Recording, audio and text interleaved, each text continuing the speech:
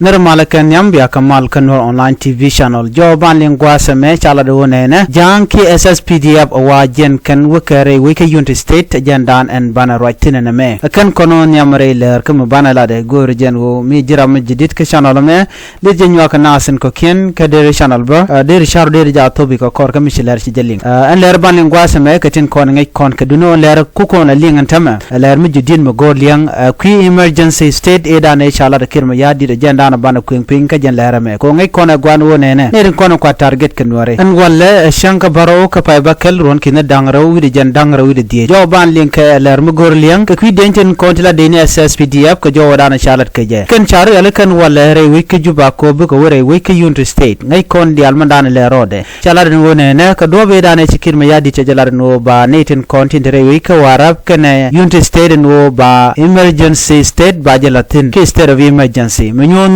badi bajanangan winami ko bane dialo kontin dong lokode maldar benrai wika South Sudan ba ko kep ko boma kuma kirma yadi duno ngai kon me lerode mutu wite kamal telerek de state of emergency de jari aleka baneme ere kona nyingwa same kanere kon la jang chana jangaje no ka jitony kana ji gogrial duno sha unity state cha jaw nyoko mo waje latte manu kono gor gwa same ala jang den kona chari aleka ala SSPDF teten de polin ten kon la polin jan tegaten de polin de kon te national security nying jan tegaten kene dialati chala do shiga jiare wi ka juba wukan ka warab ko bikan wo ka unity state mangui kona me wodien ka warab chi wukan goro bi warab o takama gorgano bikano baba mane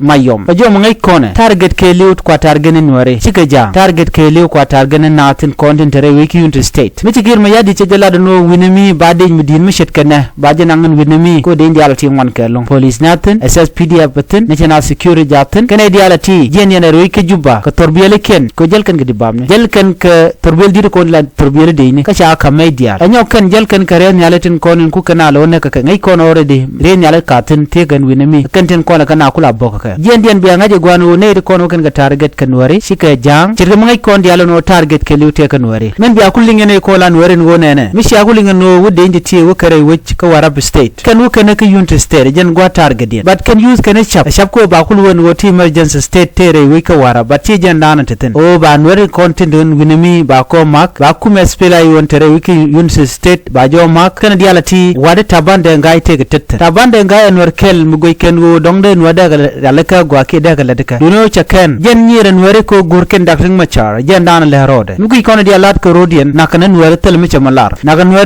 re wika panal naga kare wika jongle state antama re wiki unity state tel lat kene ana godi ala continent Nuer ten baga dilmak men biya kullim gwasa me jana ne re content chanag re wika nasir ka gwase da ne ka kuma kem yadit tel mi chalar point ta bande ngai me sha ngaje ne no cha nasir cha jamak cha de kelimu shit kam jian antama mo re wiki unity state cha jari kene antama ko go kor gwa seda ne ci dungna ser ci nyoko mu kabro de chonga mad nana cikin de nyi kan galatin me ci gon wari kan ko wo chukan je kelu kede kelu chukan ga nyoko nan kan ka fan gak ci ko ngaje no ko de ni dial cha nan rewi ka fan gak me kan ngaje no ci kor fan gak ke wo ni amo kan wo wona ka miliu na shuman tama ci kan la pelantama jatin ko mo ka kuje me kan nasar jatin antama ci kan ko dial ci kan gal nan kan ka unity state yan gwa dana ba kor ba ko jekta doro mi don ga ken wo bum Nuer atar ci Nuer ba kuje mo ana gwa mutun Nuer ten baje dil gorno baje dak jen taktik dam tegten telm do dien melala dien yan were gor jen wo biya ker biya de ala ko lat ko rin biya kan michal ke state of emergency me chetu ko warab state karwade wedengre dwaran ki unity state gad unity state in kono te kel ka jang biya ngaje no dorun jen dakamo don were biena gwan wo ne dial de te ping jane yu telmele kan yu kan ga war gan yu la tukan ko kuje mo jo me der wo kayya ka tada na gor jen wodi yen linka je jen sia neno state of emergency chaje to kene de kono ba target kan were yi dial ngwana ti nan kare wujin winami den jora na gode nyoya kel bi ataka mal ban je gumo do dien